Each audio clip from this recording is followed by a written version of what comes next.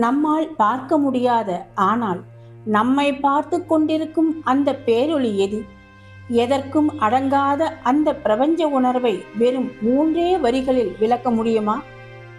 சுமார் 1000 வருடங்களுக்கு முன்பு மாணிக்கவாசகர் பாடிய சிவபுராணத்தில் நவீன அறிவியலும் வியக்கும் ஒரு ரகசியம் ஒளிந்திருக்கின்றது.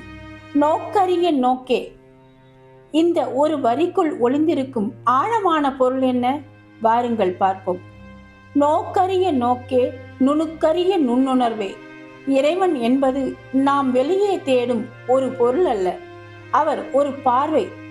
நாம் உலகை பார்க்கின்றோம், ஆனால் நம்மை பார்க்கும் அந்த பார்வையையே நாம் பார்ப்பதில்லை. அதனால்தான் நோக்கரிய நோக்கே என்கின்றார். அடுத்ததாக நுண்ணுணர்வு.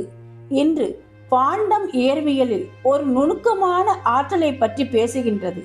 அதை அன்றே மாணிக்க வாசகர் அறிவால் கூட தொட முடியாத மிக நுட்பமான உணர்வு என்று குறிப்பிடுகின்றார்.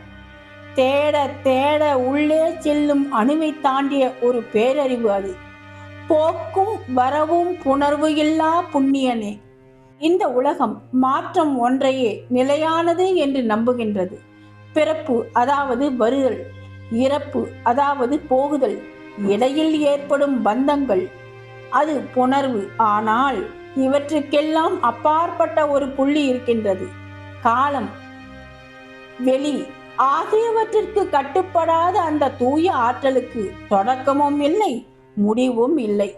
எதனுடனும் கலக்காத ஆனால் எல்லாவற்றிலும் இருக்கின்ற அந்த தூய்மையையே புண்ணியனே என்று அழைக்கின்றோம். காக்கும் எம் காவலனே, காண்பறிய பேரொளியே.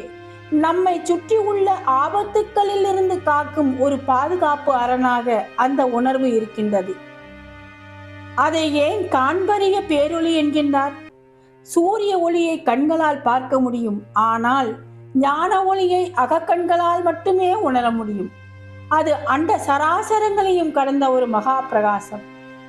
நாம் எதை தேடி ஓடிக்கொண்டிருக்கின்றோமோ அந்த பேரொளி நமக்குள்ளே நுண்ணுணர்வாக இருக்கின்றது என்பதைத்தான் இந்த வரிகள் உணர்த்துகின்றன. பிறப்பு இறப்பு அற்ற அந்த பெருவெளியை உணர நம் அகங்காரத்தை கடக்க வேண்டும். ஓம் நம சிவாய். திருச்சிற்றம்பலம், திருச்சிற்றம்பலம், திருச்சிற்றம்பலம்.